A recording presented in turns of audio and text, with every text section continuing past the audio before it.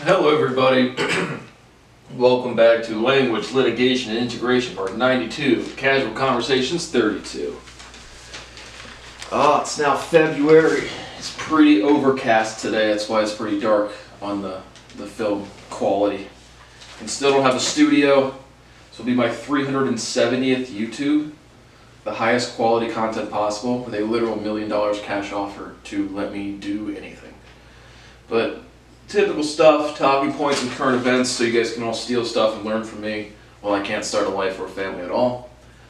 We'll talk about the NFL news, 4 kind of big headlines out of there yesterday. We'll talk about Whoopi Goldberg and the Holocaust. We'll talk about Impulsive number 312 with Mike Posner, and maybe a story or two if there's time. So for the NFL news, we have Tom Brady is retiring after 22 seasons. He threw for, or I don't know if this is just throwing or like handoff counting too. I don't really follow the NFL.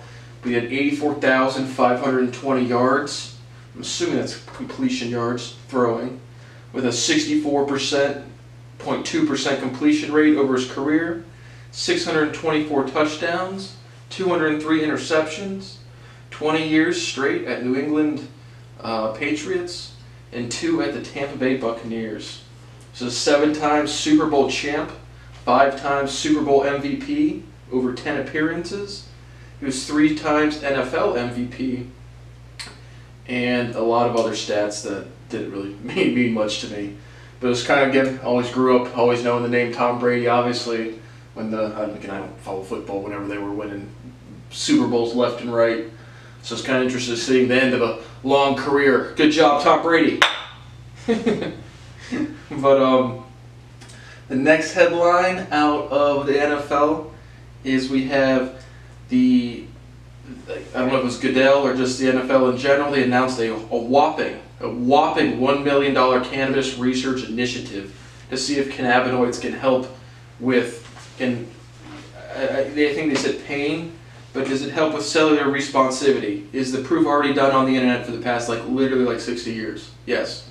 So the initiative you need to do, Roger Goodell, is say, take cannabinoids so you don't shoot yourselves in the head like Junior Seau, right? We don't want to have our, again, the other big, I'll pair the cannabis lines with the Washington Commanders. We're now going from the ever offensive name of the Washington Redskins to the Washington Commanders. In general, I think that's a very neutral thing. I don't think people are, if you get offended by words or team names, again, I appreciate, again, I don't think Redskins is super offensive to Native American people, but if you call me the super white boy cracker hillbilly inbreds, I just couldn't imagine a world where I care. Branding wise, I doubt it does much, meaning if you live in the city or like the team, I don't think it really affects your business in a bad way. But right, we can change our name to not be offensive, or we can give our players medicines that actually fucking work for sure with 100% efficacy, with no contradictions, nothing like that. Or we can just say, doubt that, no cannabis, and then we're going to shoot you in the kneecap and then give you a Band-Aid and say thank you for the Band-Aid. We really helped you. We changed our name. Now the most useful thing you could do for contact sports or combat sports is cannabis to help with recovery and cellular responsivity. So, and then the final news of the, I can now tell it is noon on Wednesday here in Ohio. But we have the former coach for Flores from the Dolphins is suing somebody, either I think the NFL or a given team, over discrimination. Really don't know what they said the lawsuit is without merit. And again, when I see, again, I don't want to comment because I just don't know the case. I haven't really looked into it at all. But when I hear stats like 70% of the NFL is African American people, but there's only one black coach. It's just irrelevant facts, man. It's just nothing to me. Absolutely fucking nothing. Again, coming from somebody who's been discriminated against and oppressed against his entire life to the point of eating and sleeping. Gave up on having a career. Gave up having a relationship with my family, my parents' family. Gave up having a family of my own. The only thing I want to do is to stop getting harassed every 2 weeks to 2 months so I can eat and sleep and have enough money to do so. And again, I've been making a lecture series for 3 years about it. And I had to build this channel. I had to build an environment to speak this shit in. Because again, nobody in my personal life would listen. Like literally, actually. So, seeing at the society level, people trying to act like progressive in terms of like, not politically, but just like accepting, moving on, being more tolerant and more accepting and more inclusive. It's just like, yeah, again, in your own little beta male society, male and female society, where again you can destroy your players' health for 60 years and then say, oh yeah, well now we'll get a whole $1 million cannabis research initiative, when the data is right in front of your fucking faces. And any medical doctor, any medical professional, any academic that says otherwise is going against my research personally. And again, you're chickens with your heads cut off. You just keep doing dumb shit day in and day out and fucking destroying the society. So, good career, Tom Brady, and fuck the NFL. So, the next big thing we have, I actually thought this was interesting. We had been watching some Ben Shapiro, but it was all over everywhere. The host of The View, daytime talk show here in America, it's called The View, as a person, Whoopi Goldberg. I certainly know the name, but I don't even know where she's from. Probably just a comedian, but current talk show host. And she said the Germans saw I'm trying to get word for word. She says, Goldberg says it's man, what was the Holocaust? Was it about race or was it about something else? And again, race is not a thing. I literally have no biological understanding of what that word could mean in relation to differentiation of species.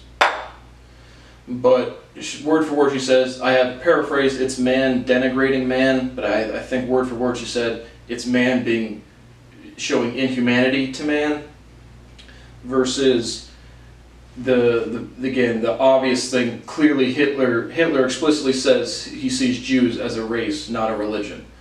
Well, guess what? If Adolf Hitler thought that 1 + 1 = 3, guess what? 1 + 1 still equals 2. So I'm 100% on the side of Whoopi Goldberg here. I 100% get what she's saying, and historically, culturally, no one's going to tell me that Judaism is not a religion or is a race, which again, that word means nothing. It's not a meaningful word to differentiate the species, and it's an ideology, right? We have race, color, ethnicity, or culture, where you're from. I'm an Ohioan. I'm from Ohio. I have a certain type of voice, certain type of environment that I grew up in that I sound or look like. Clearly pasty white boy. But the amount of pigment in your skin does not matter to me. Again, where you're from, like culturally, that's where your culture is. Meaning you can be, a white Jew, a black Jew, a Moroccan Jew, but versus identity, religion, and practice, right? If bears can walk, dogs can walk, human beings can walk, the action, the practice is not an inherent property. So what you identify as, whether you walk in the light of God, or you follow Jesus, or you follow the Torah, or you follow any biblical text, or anything like that, it's a practice, it's an identity. Identity is what you call yourself. It's so, 100% in semantically, what Whoopi Goldberg is saying is, again, more to insecurity, more people being, again, blame transference. I totally get what she's saying here. Watch the whole clip, and then again, the more egregious part was, before this, she said, y'all white people can fight amongst yourselves. Like, again, now imagine you're at a bar, and someone says that to you in not a very super tense way. How is that not just like a passing comment of who cares? And so, because she's been removed by, I don't have the exact quote, but either the host, whatever parent company owns The View or the broadcasting station. But the quote was, I am effective immediately. I am removing Whoopi Goldberg from the talk show for being so egregiously offensive to the history that everyone else is fucking up. And I know our boy Ben Shapiro wears his yarmulke, says he's a Jewish person, and then vomits hypocrisy all over scientific consistency, which would be the #1 thing to be consistent with any ideology from a big intellectual. And then again, Hitler saying he sees Jews as a race. Again, I don't care what Hitler says. I don't care what anybody says. I care what is proven. I care what is biologically evident, what is physically evident. And so you have race, color, ethnicity, and culture, where you're from, who are you locally around versus your identity, your religion, or your practice. Then I have even versus oppression and persecution versus insecurity and hatred. Again, Whoopi Goldberg is clearly more like telling you, again, blame transference, the whatever Ben rambles on about some hierarchy of blame transference for victims. But again, that's born out of insecurity and hatred. All hate crimes are self-hatred crimes. Whatever the vehicle, whatever the vector, some of you idiots would say, of manifesting that hatred, is just a convenience. Is it there? Sure. But specifically to Judaism, it is not a race. It just isn't. And race is not a differentiation of species. It just isn't. So again, all the children keep arguing about nothing, and then the executives that whatever owns this company is going to solve it all by taking her off the air. And again, I have no respect for Whoopi Goldberg, no respect for fucking any worthless fucking American or any human being at this point. Anybody can publish my paper, and they just fucking don't. But then Ben goes on to say, this is in whatever video is titled about the Whoopi Goldberg or maybe the Joe Rogan stuff. I don't know. One of Ben Shapiro's videos. He says, Whoopi can say anti-Semitic things on TV because she is on the left. I said she didn't. She made a logical point about definitions in biology, which I think is correct. But did she say anything anti-Semitic would be like, fuck Kike Jew Eric? Like that would be anti-Semitic. But but saying Judaism is making an argument that Judaism is not a race is not anti-Semitic in any fucking way. like what? So again, we see our boy Ben Shapiro again just manipulating anything he can say to pump out some more bullshit on his Good Ranchers plugs and his ExpressVPN plugs. So that's really it there. And then I'll go through the Mike Posner Impulsive, but I just have one other quote. I haven't even started yet, which I've said several times in here. And I also heard Gary Vee say that in a video about making $80 million on NFTs. And Gary Vee is 46 years old and worth $160 million. Versus me saying I haven't started yet. Gary Vaynerchuk, yes you have started, man. I'm not talking about my age. I'm talking about existing in this species. You have $160 million. I don't have human rights. You have a company. I can't sell my company or get a proper valuation. I can't go to court. I can't go to school. I can't have my legal research published to be respected at my home. I can't be respected by my family at Christmas time. I haven't started my life yet in any capacity. You go to school and you get into a good college. That's starting your life. I got into none. You go to college, you get a paper published. That's starting your life. You go to college and you get an interview. That's starting your life. You go into the real world and you get a partnership or you get a big corporate client for your business. That's starting your life. And so again, Gary Vaynerchuk, just fuck your life, man. As you're stealing my property and mimicking my argumentation. So fuck Gary Vee. So then again, I watched the most recent Impulsive, number 312, with Mike Posner. And I think, I Googled it, I think I called the host of PBD Adam Carolla. That is, the host, his name is Adam, it's not Carolla, so whoever that Adam is. But for the Mike Posner conversation, anything interesting? Nothing to be rude. You know, you don't care about being respectful, but he just highlights a lot of the shit that I say. Or you talk about he wrote his, you know, Cooler Than Me or something, his first big hit when he was in his dorm, and then it just popped off. Again, as somebody who can't turn on any TV show and physically say I can sing literally louder than everybody, more resonantly than everybody, because I've practiced and I've put in the work. But I can't imagine dropping a song and getting more than literally 5 views, like literally actually 5. Like the last however many guitar meditations that I've put out that Lex Friedman's sitting there saying, oh yeah, it looks like you vibratos on all the notes, like, because I do. So I can visually see you just watch my piece, but then I get 5 views. So that's, again, that's not starting your life. When people just steal all your research and then distribute it publicly, except your private life is without just compensation. But we're going to change our NFL names, we're going to speak out, we're going to ban TV hosts. Just whatever the social narrative is, and it changes every literal fucking day. But Mike Posner, again, he talks about popping off with a song, and then his next kind of songs not being big hits, and then meeting up with Avicii, who I knew the name, I didn't realize he died years ago, but then getting another song called Pills in Ibiza, and then talking about losing his father, and then he talks about walking across, like, again, this is like what I'm talking about, like waking up, not wokefulness, like the left wokefulness, but no, just becoming aware. Where he talks about losing his father, and then he walks across the United States of America. And at the end of that, he's like, I gotta keep going hard. This is the beginning. And then he climbs Mount Everest. And then he goes to solo meditation retreat in Colorado for self-improvement. And I just have versus fundamental enlightenment. And then he keeps talking about he's named the voice in his head is Charlie. The voice in your head is speciality. Literally, when you go on solo retreats, it's literally you just, again, removing yourself from other people's insecurity, the constant judgment of other people. That is what's going on. And so when I'm saying this, the species is stagnated, if your voice and your happiness and your boredom gets less away from people, that is the fundamental physical proof on an individual level. And again, I've been rotting in this since I've been literally forming memories. But then he talks about on climbing Mount Everest. He's like, I could die doing this. Is it really worth it? Do you say I climbed Mount Everest to risk my life? And of course not. Again, this is like the next step of the insecure person. I told you about all the reckless behavior stories from the last episode on me personally, and again, I've watched this happen at every level, before, during, and after doing all of this stuff. And so it's just, again, people say, I don't want to waste my life. So what I'm going to do? I'm going to be really aggressive, right? I'm going to go sail the 7 seas, walk across America, climb the biggest mountain. And it's like, again, don't you see that's like a 15-year-old kid trying to prove himself to the world? It's like, I'm a grown-ass man. I just want a wife, a family, a fucking income, and basic human respect. But I'm stuck around people like this.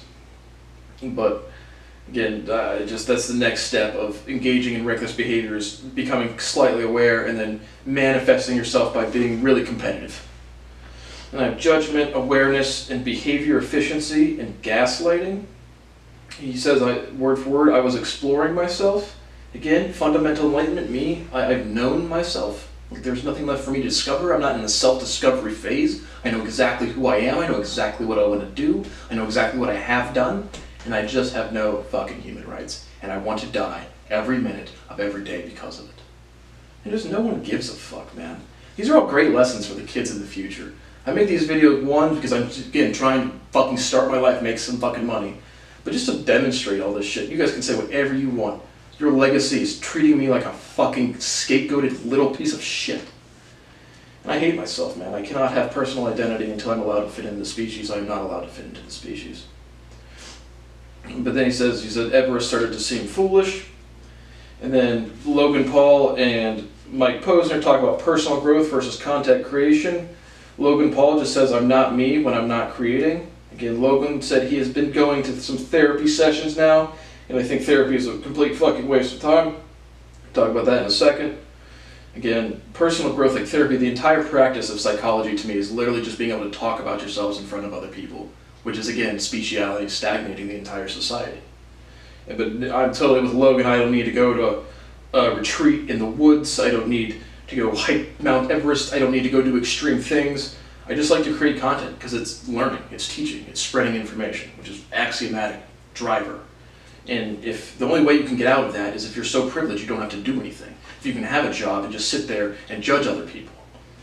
And so I'm creating content I think is good, and I think it's, again, just honestly it's a state of more development, like personal growth, being woken up to the experience of others, growing and learning about yourselves. It's like, fuck, exactly, grow up and speed it up. Get to the adult stage a little faster. And then, again, Mike Posner says, I've just been doing hookups. Haven't been on a date in 7 years. So again, that's the personal insecurity. And again, I have been on dating apps and trying to date, and I'm surrounded by male and female fucking whores. Again, I'm only trying to date the females, but the entire dating pool is whores. And here it is, which is fine. You set the rules. But then I'm a musician too. I'm sure I could get a girlfriend, a consistent girlfriend, if I was a famous musician, or a famous scientist, or a famous businessman, which I am all of those things, except I don't care about the fame and people just keep stealing my property. But again, you only live once, and if you were a scapegoat, you do not live at all. And just another funny thing, back to just finishing off, what is therapy? What does talking to yourself do? Again, it helps you get out of the speciality, get out of the judgment. You actually have to vocalize what you say or what you think. But I've had a cousin one time say, cooking is my therapy. If you have to say a phrase like that is my therapy, you're just privileged, insecure, and need to grow up. And so just remember, I told you about when I was in 8th grade, 7th, 8th grade time frame, when my mom literally didn't explicitly tell me, but she was like, I'm going to send you away, because she wasn't mature enough to have a kid and had a kid. And then here's me, and I'm getting tortured by again, like I said, my home life wasn't that bad, but the collectiveness of the way my community treated me was extensive torture since I've been a child, literally. And so I remember thinking the first time I was forced to go to a psychiatrist, as they're just getting pumping, not the two that I referenced, I don't even remember this bitch's name, some fat old white bitch. I can't remember if I said this to I think I might have said this to my mom, but I at least for sure thought this explicitly. I just said, I will jump out of the van. We had a blue Chrysler van at the time. I will jump out of the van if I have to do that again. Talking about going to a psychiatrist. Because again, it's professional scapegoating of a literal fucking child, and I can't make it stop. Unruly kid with a bad attitude or math prodigy that's not allowed to do research. Now I'm 28. How about now, guys? How about fucking now? What I was going to say, that was the last of the impulsive things. But when I'm talking about lawsuits, right, I just posted about suing, and I'm officially suing Project Veritas, James O'Keefe. He did the truth at all costs. I offered $1 million to talk to you for 2 hours publicly about the most extensive corruption that has ever occurred in human history. So I'm suing you personally, and I hope to put your entire business and organization the fuck under the fucking ground. So fuck you. But again, I post, I'm going to sue somebody on LinkedIn and it gets 11 views, and then some privileged ass black dude that is a NFL coach. He makes money. He says he's going to sue somebody, and it's all over the news in 5 seconds. So whenever human beings literally stop murdering its own citizens and allow me to live in this world, it is just fuck everybody. Because I hate myself, man. The only thing I want to do is to stop hating myself.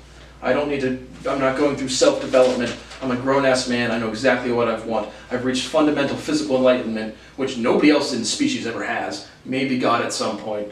But again, I can't remove myself from this. The whiny babies is all 7.8 billion people that have cell phones. Nothing I can do. So let's see how long this goes in some stories. So just a quick story, since I brought it up again. Honestly, kind of funny one, but relevant to what I was just saying. As I told you extensively about the 7th, 8th grade going to the psychiatrist, maybe getting shipped away to a Looney Tune bin because people can't accept that I do scientific research. But probably, I don't know, I was living at my parents' house just recently, 2-3 years ago. And again, when I wake up every single morning, like I said, I'm just aware of all of these things. I've already proved the Riemann hypothesis multiple fucking times. I've literally, again, last spring I put up 60 empirical proofs and literally found it in a math subject.